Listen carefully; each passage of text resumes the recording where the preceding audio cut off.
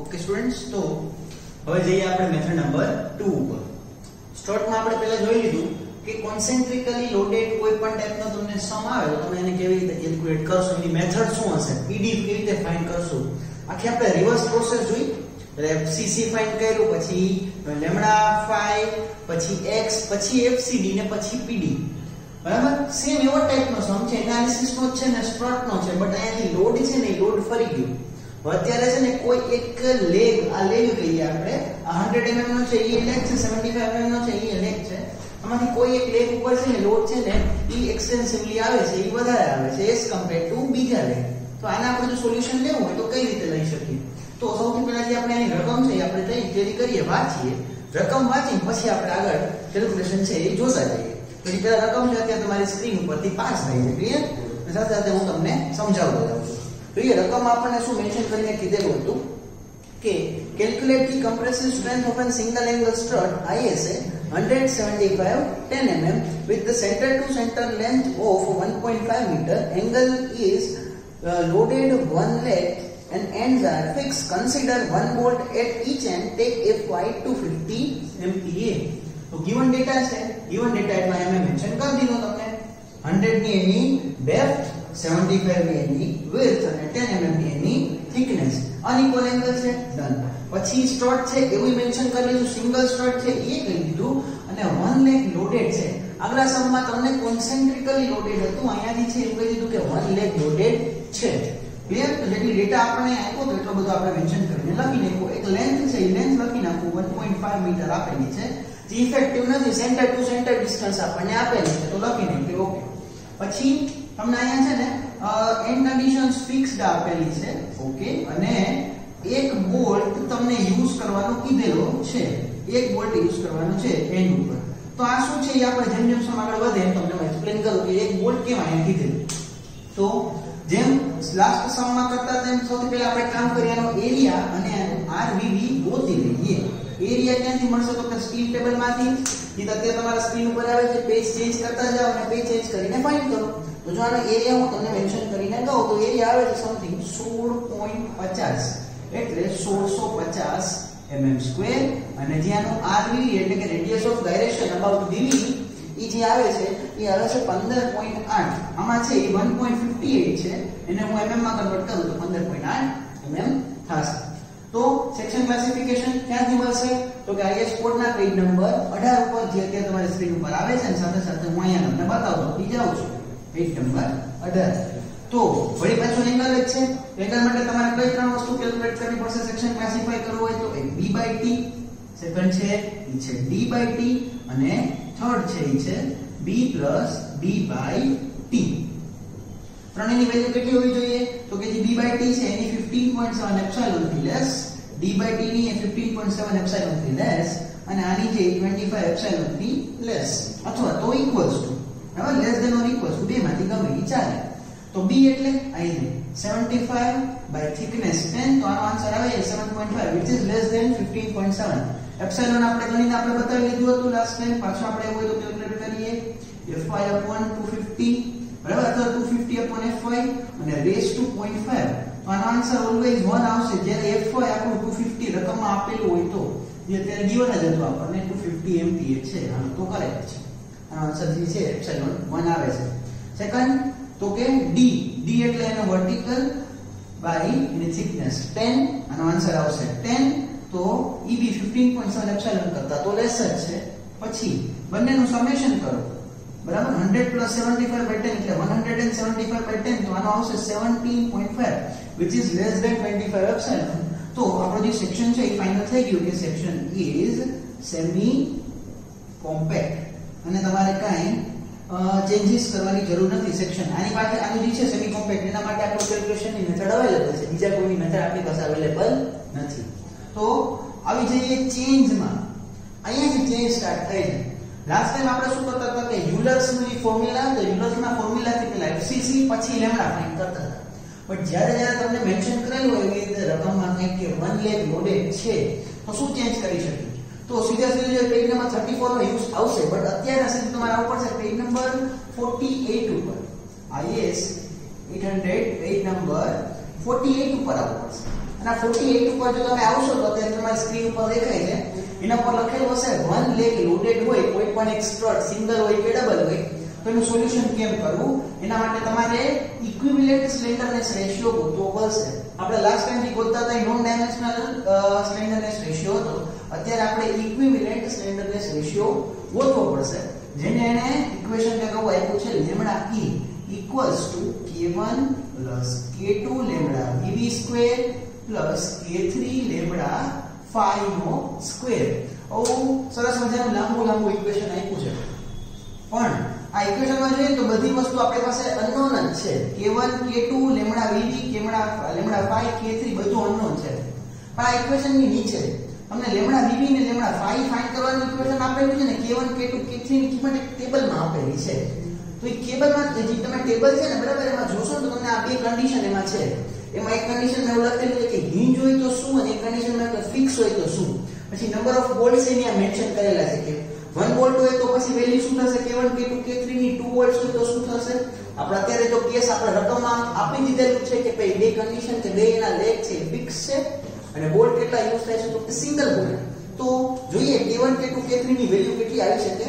તમે બી સાથે સાથે ટેલી કરો k1 k2 k3 ની વેલ્યુ જો લખું છું અહીંયા હું જે આપણને ટેબલમાંથી મળી છે 0.75 જે સેકન્ડની છે 0.35 અને થર્ડ છે 20. ડન. ચલો હવે આવી જઈએ લેમ્ડા vv ના ઇક્વેશન ઉપર. લેમ્ડા vv નું ઇક્વેશન છે ને એ તમને એવું મેન્શન કરીને કીધેલું છે l 1 નથી ઓકે એ છે l upon rvv upon epsilon pi square વળી પાછું e.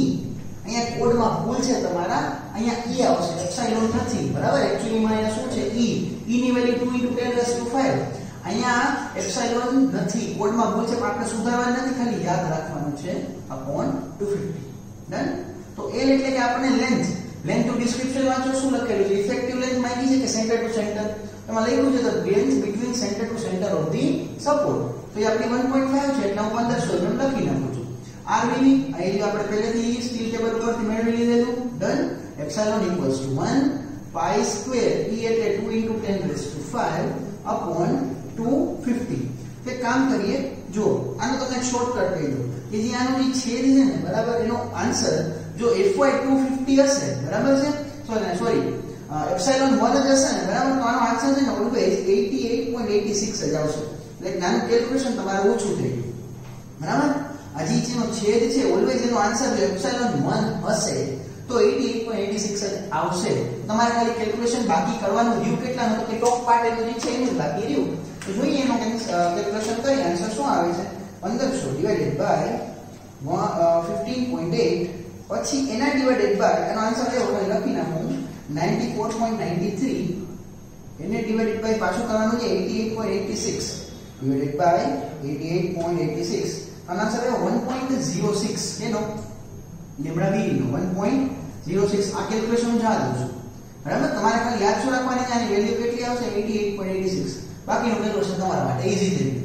ચલો લેમ્ડા phi નું ઇક્વેશન હવે છે v1 + v2 / 2t અને એના છેદમાં આખું બેઠું હું ડાયરેક્ટ એક કામ કરું તો આની વેલ્યુ લખી નાખું તો 88.86.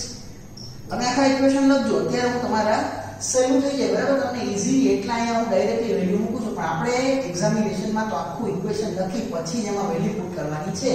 b1 એટલે તો જો અહીંયા ડિસ્ક્રિપ્શન વાંચીએ આમાં b1 માં શું લખ્યું છે તો b1 એટલે કે આ લેગ બરાબર વર્ટિકલ લેગ અને હોરિઝોન્ટલ લેગ. b1 એટલે વર્ટિકલ લેગ અને b2 એટલે હોરિઝોન્ટલ લેગ બાય 2t તો 100 + 75 બાય 2t એટલે 10 ડિવાઇડેડ બાય 88.86. તો આનો આન્સર લેવાનો ટ્રાય કરીએ જોઈએ શું આવે છે બરાબર બાય 20 અને એના બાય 88.86 આન્સર એવો 0.09. હવે જો લેમ્ડા phi મળી ગયું લેમ્ડા vv મળી ગયું k1 k2 ને k3 ત્રણે ને બધી વસ્તુઓ મળી ગઈ તો લેમ્ડા ની ઇક્વેશનમાં મૂકી દઈએ લેમ્ડા e ના તો શું થશે 0.75 પ્લસ 0.35 બ્રેકેટમાં લખી નાખીએ આનો સ્ક્વેર એનો લેમ્ડા vv નો સ્ક્વેર એટલે 1.06 નો સ્ક્વેર પ્લસ થર્ડ વાત કરીએ તો કે 20 અને એના ઉપર 0.09 નો પણ સ્ક્વેર. તો જો આનો ડાયરેક્ટલી હું ફાઇનલ આન્સર કરું બરાબર, હું કેલ્ક્યુલેશન અત્યારે કરીને નથી બતાવતો, ખાલી તમારું જે છે વિડિયોની લેન્થ વધી જાય એટલે ડાયરેક્ટલી આપણે આન્સર જોઈએ. તો આન્સર સમથિંગ આનો આવે છે 1.16.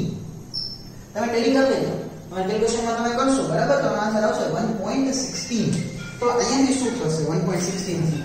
તો સમજો તમે છે ને આની પહેલાના સમમાં અત્યારે શું કરતા હતા તો કે તમે લેમ્ડા ફાઇન્ડ કરવા માટે પહેલા એફસીસી ગોતતા હતા, બટ અહીંયા તો લેમ્ડા મળી ગયો. તો લેમ્ડા મળી જાય પછી શું કરવાનું છે તો કે લેમ્ડા પછી ડાયરેક્ટલી આવી જવાનું છે phi ઉપર, phi પછી x, x પછી fcd ને પછી pd. તો એક જ સ્ટેપમાં ચેન્જ આટલું તમારે નેસેસરીલી ચેન્જ કરવું પડશે. જ્યારે તમે રકમમાં લખેલું હોય 1 લેગ લોડેડ, તો આટલું ખાલી એક ચેન્જ કરી નાખ્યું, લેમ્ડા મળી ગયો. એફસીસી વાળો સ્ટેપ છે યુલર્સ બકલિંગ ક્લાસ, ત્યાં કેવું થઈ ગયું તમારું નિગ્લેક્ટ થઈ ગયું. ડાયરેક્ટલી આપણે મળી ગયું તમારું phi. phi પછી સોરી લેમ્ડા પછી આપણે હવે ગણવાનું છે, શું ગણવાનું છે તો કે phi, phi પછી x, x પછી fcd ને fcd પછી pd. તો એ સ્ટેપ આપણે કેરી ફોરવર્ડ કરીએ. સ્ટેપ નંબર નેક્સ્ટ phi નું ઇક્વેશન છે 0.5 in bracket 1 plus alpha in bracket lambda minus 0.2 plus phi no square. phi ની જગ્યાએ phi e લખી નાખીએ એટલે બેટર આઈડિયા રહે. 0.5 1 આના આપણે આગળ જોયું પેલા જે છે સમ એમાં કે આલ્ફા ની કિંમત કેવી રીતે મળે તો કે ભાઈ આલ્ફા છે પેજ નંબર 30 ઉપર ટેબલ આપ્યું 35 ઉપર, એમાં 0.49 જ થાય છે કારણ કે બકલિંગ ક્લાસ આપણો કયો છે C, અને બકલિંગ ક્લાસ C છે એ કેમ નક્કી કર્યું આપણે તો કે પેજ નંબર તમારા 44 ઉપર ફિગરમાંથી અને 0.49 અહીંયા આપણે ગણીએ તો 1.16 minus 0.2 plus 1.16 નો સ્ક્વેર. તો આનો ડાયરેક્ટલી ફાઇનલ આન્સર તમને કહું તો સમથિંગ આવે છે 1.41. ડન. ચલો હવે લાસ્ટ 2 કે 3 સ્ટેપ્સ બાકી રહ્યા કયા? પહેલા આપણે ફાઇન્ડ કરશું સ્ટ્રેસ રિડક્શન ફેક્ટર.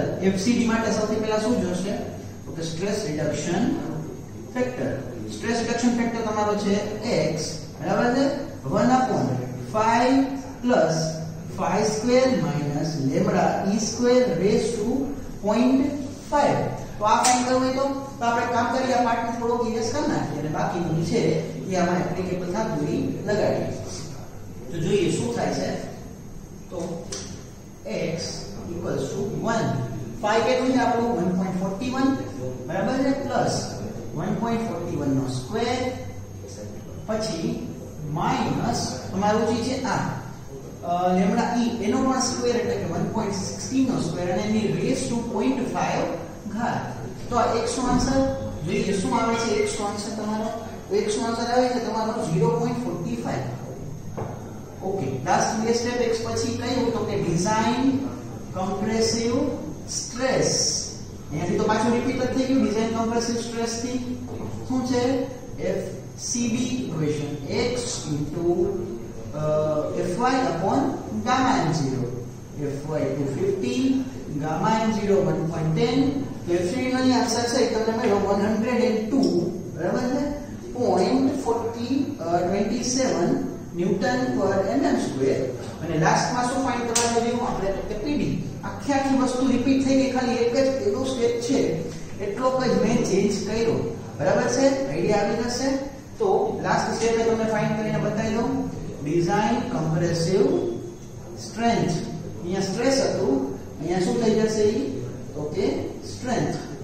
PD બરાબર area into FCD. Area 1650, FCD 102.27. Final answer જોઈએ તો 168.27 કિલોન્યુટન. આ તમારો આન્સર છે.